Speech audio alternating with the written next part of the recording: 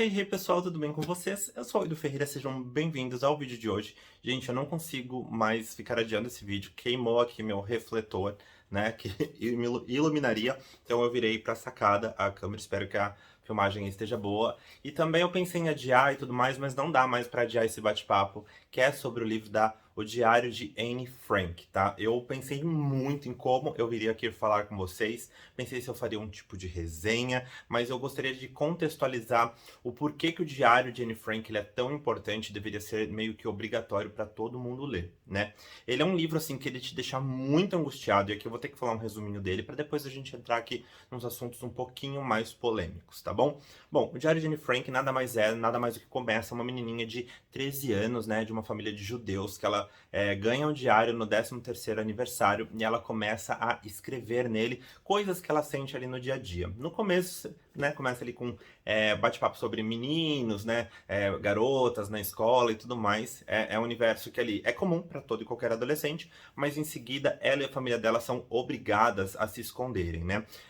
O livro, na verdade, né, o diário, ele se passa em torno ali da Segunda Guerra Mundial, então é mais ou menos 1942 a 1945, tá? Não lembro com exatidão, mas é por aí essa época.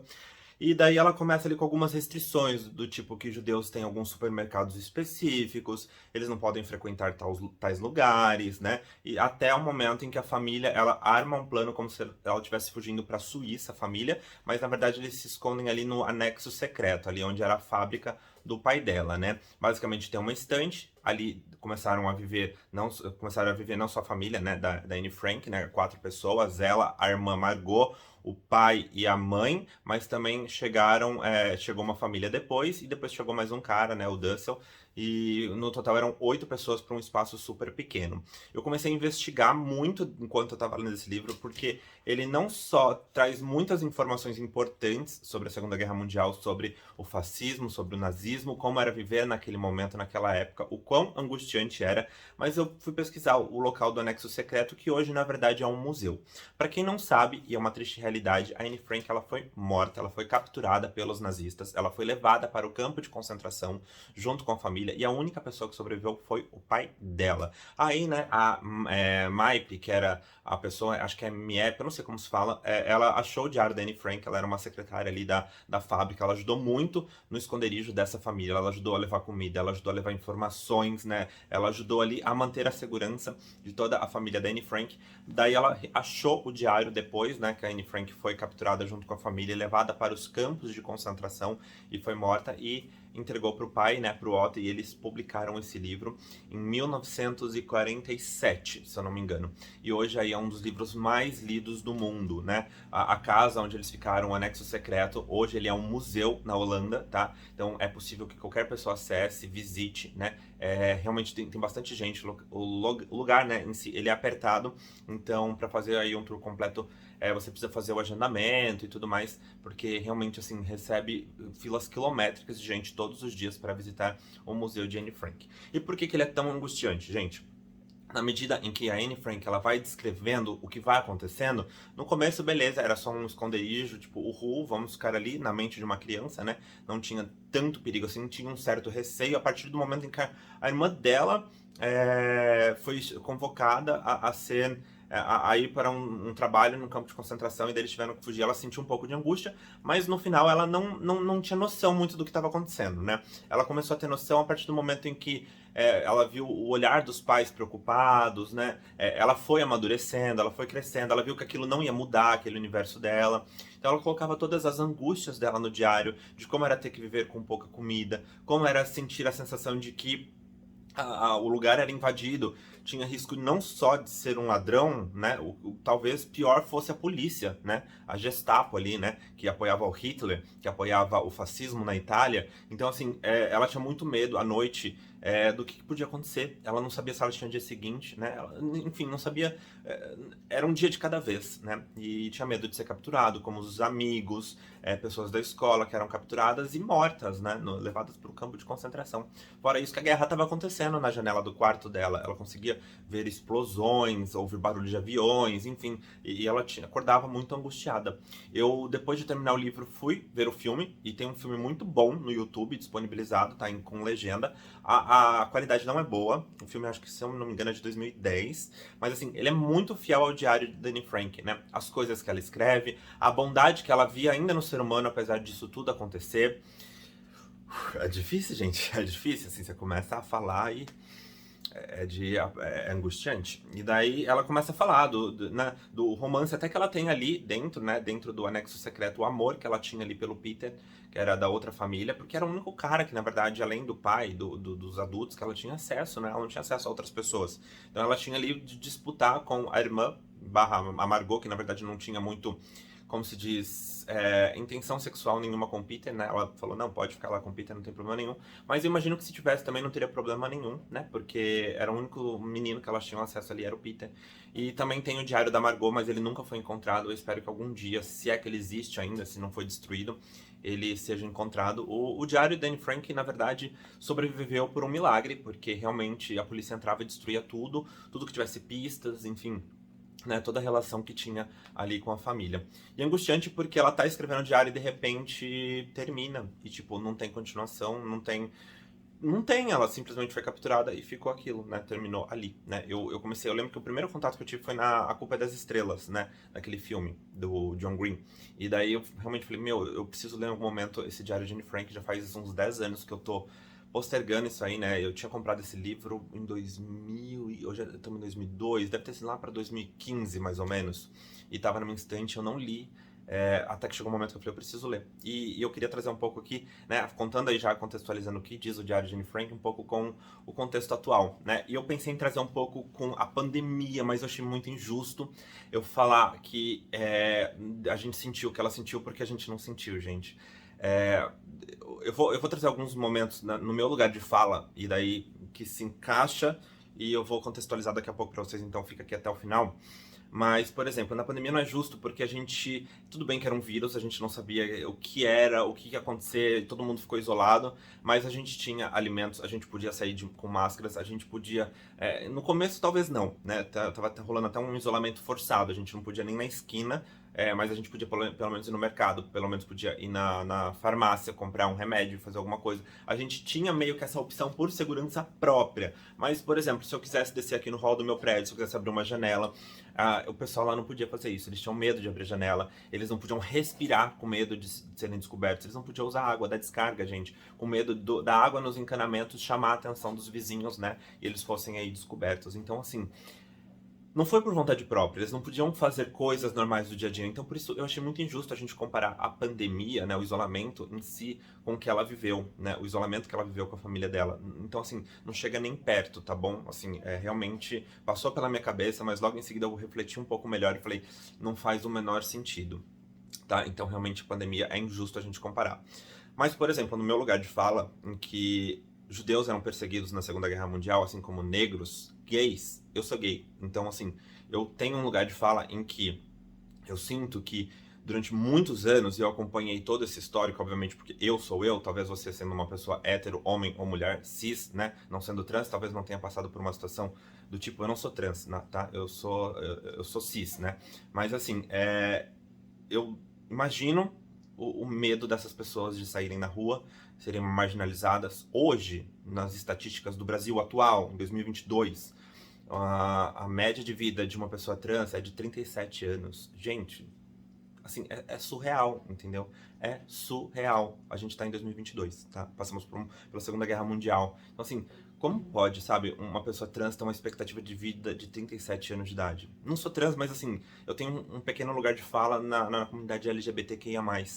E, como eu disse, ao longo da evolução, acabei não concluindo meu raciocínio, ao longo da evolução, eu senti que as pessoas começaram a respeitar um pouco mais, né? Não é questão, não existe, assim, ter tolerância. A pessoa é do jeito que ela é e você precisa simplesmente respeitar. Não é uma questão de opinião, não é mais uma questão de, eu acho que o homem tem que ficar com mulher e respeito. Não, não é respeito, você tem que entender isso. Isso já faz parte do seu cotidiano, de ser entender as pessoas, quem elas são, estudar e ir atrás. Ler livros como esse, por exemplo, na escola. Eu lia muitos livros em que pessoas tinham HIV, eu lia muito livro sobre racismo na 7ª série.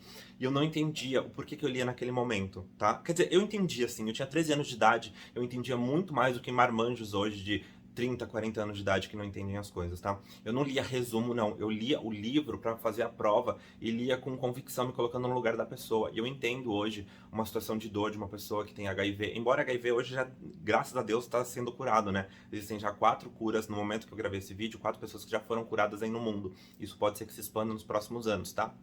Então, assim, mas há 15 anos atrás, quando eu tinha 15 anos, né? Hoje eu tenho 30, tinha 15 anos naquela época, eu entendia o quão difícil era, o que eu precisava fazer para me precaver, o que eu precisava fazer para respeitar pessoas com HIV. Também sobre o racismo, né? Eu entendia o que era. Isso foi muito importante. Ao mesmo tempo, tinha colegas meus de sala que liam resumo para fazer a prova. E hoje estão aí, apertando 17 nas urnas, né?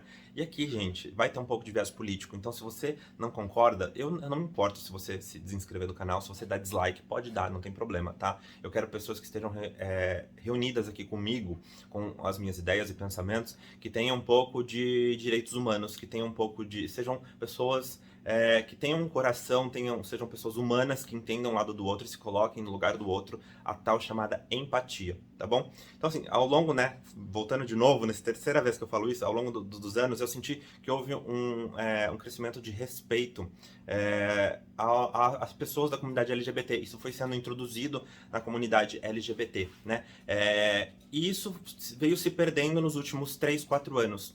A gente tem um presidente, não só no Brasil, mas também tivemos lá nos Estados Unidos, um presidente que é o oposto de pessoas que respeitam os seres humanos. Pessoas aí que respeitam os direitos humanos, né? As pessoas em si, né? O que elas são, pelo contrário, vem proferindo palavras de ódio, discurso de ódio. Eu não vou, cara, eu não vou trazer manchete, que não é minha obrigação ficar trazendo manchetes do tipo, o que o presidente falou, que o filho se namorasse uma negra teria que apanhar, enfim, se o filho fosse gay teria que apanhar pra virar homem. Então, assim, eu não vou ficar trazendo esse tipo de manchete porque eu li, isso me doeu no meu lugar de fala, tá? Então eu venho aqui trazer pra vocês falar que isso existiu, discurso de ódio, raiva. Então, assim, não dá pra apoiar esse tipo de pessoa, não dá pra apoiar um governante que fala esse tipo de coisa que é muito próximo do nazismo, do fascismo, né? Falando que tem que eliminar esse tipo de pessoa, esse tipo de pessoa tem que apanhar. Então, no meu lugar de fala, eu entendo o quanto isso dói pra mim. Imagino, né? Imagino não, talvez eu nem consiga imaginar a dor que a Anne Frank sentiu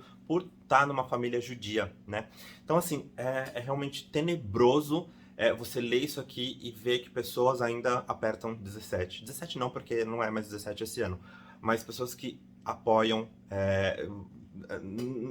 vedam os olhos para esse tipo de acontecimento, ignoram, não pesam isso na hora de ir nas urnas. Ah, mas você tá falando que tem que votar em Lula? Gente, não, também não gosto, mas assim, entre uma opção de um cara que é completamente o oposto de direitos humanos a uma pessoa que minimamente respeita os direitos humanos, assim, não tem a menor dúvida do que a gente tem que apoiar, tá bom? Eu acho que é por isso que livros desse tipo são importantes, do tipo, isso aconteceu e tá acontecendo isso de novo, assim, ok, em proporções menores, mas dói tanto quanto, tá? Ligar a televisão e ver o presidente falando mal de gays, LGBTs e trans, cara, dói muito, assim, dói, tipo, real, assim, dói porque eu estou falando isso pra vocês, tá? Se você não passa por esse tipo de coisa, se você não sente esse tipo de coisa, eu te falo, dói aqui dentro, tá bom? Então, assim, que bom que você não passa por esse tipo de dor, que você lê aquilo, que você ouve aquilo na televisão e você toma o seu café e vai trabalhar como se nada tivesse acontecendo. Porque pra gente aqui dói e dói pra caramba. Dói saber que amigos nossos têm expectativas de vida de 37 anos. Eu, na casa dos 30, sabendo que amigos meus, né, trans, que vão viver aí mais... Não tô falando que eles vão viver mais 7 anos, mas a expectativa de vida deles é 37 anos. Ou seja, imagina eu pensar que, putz, eu só tenho mais 7 anos de expectativa aí de vida, né? Se eu não tiver, pode ser que eu viva até os 30, 40, 50, enfim, né? É tudo uma estatística, mas... Puxa, dói, né? Dói saber que pessoas ao nosso redor estão vivendo aí, em média, aos 37 anos de vida, né? Dói. Assim, eu não sei pra mim, mas dói muito. Então, por que a importância do Diário de Anne Frank? Pra gente entender esse contexto. O que levou as pessoas a perseguirem judeus? Assim, não tem lógica. Não existe... Pessoas apoiaram isso, pessoas trabalharam pra isso. O soldado ia lá, trabalhava pro cara que era fascista, pro cara que era nazista. Então, assim... Não tem lógica. Então, por que é importante a gente entender a história, a gente ler a história, para isso não se repetir, tá bom? Então, esse livro, ele é muito importante, não tem nada a ver com a pandemia, nada a ver com o isolamento, mas, assim, a angústia a gente talvez entenda um pouquinho, né? Mas, cara, alguém entra na sua casa de madrugada por ser ladrão, já dá um medo. Agora, ela tinha a preocupação de não só ser um ladrão, mas pior, ser uma polícia. Porque o ladrão talvez tivesse compaixão e fosse roubasse as coisas e fosse embora. A polícia ia levar a família. A polícia ia levar para um campo de concentração. Tanto que eu pesquisei, né, as amigas da Anne Frank, inclusive uma delas é brasileira, mora aqui em São Paulo, falou, a última vez que eu vi a Anne Frank, ela tava lá morrendo de frio, prestes a ir pro campo de concentração. Ela morreu de doença, gente. Ela morreu de fome, de maus tratos. Assim, é horrível, horrível saber que uma pessoa era trancada num campo de concentração. Assim, por favor, estudem, propaguem esse tipo de leitura, leiam, é uma leitura obrigatória. A gente está no século XXI, assim, ano de 2022. Não dá mais para esse tipo de coisa, não dá para tolerar esse tipo de coisa.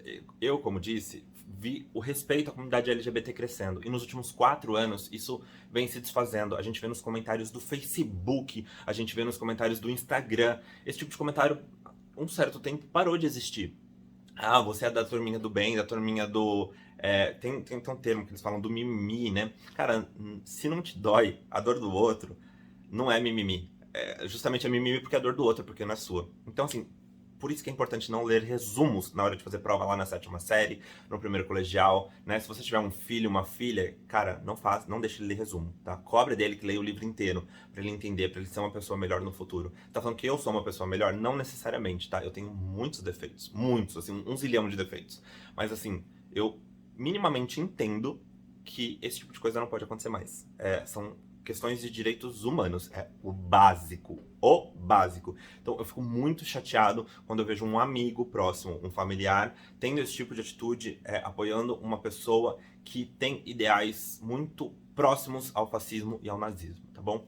Gente, não é um vídeo legal, não é um vídeo, foi um vídeo muito pesado, eu sei, mas eu precisava vir e falar aqui com vocês sobre isso, tá? Mas a ideia é vir um pouco mais leve, um pouco mais calmo, né, um pouco mais de clareza aqui no ambiente pra gente, porque é um vídeo muito pesado, tá bom? Enfim, eu acho que assim, é importante a gente ter em mente que esse tipo de literatura é obrigatório, tá bom? Leiam, reflitam, dói, não é fácil, não é uma leitura fácil, dói, vai doer, é angustiante, mas vai até o fim, depois pesquise, leia outros livros sobre o assunto. Eu já vou ler em seguida. Terminando o Diário de Anne Frank, já quero ler mais livros sobre o Holocausto. Eu preciso entender um pouco melhor do que aconteceu, eu preciso propagar um pouco das coisas que aconteciam para que não se repitam, tá bom? Gente, é isso. Se vocês gostaram, não esquece do like, é importante, tá bom? E se inscreva no canal. Um beijo, um abraço, até o próximo vídeo.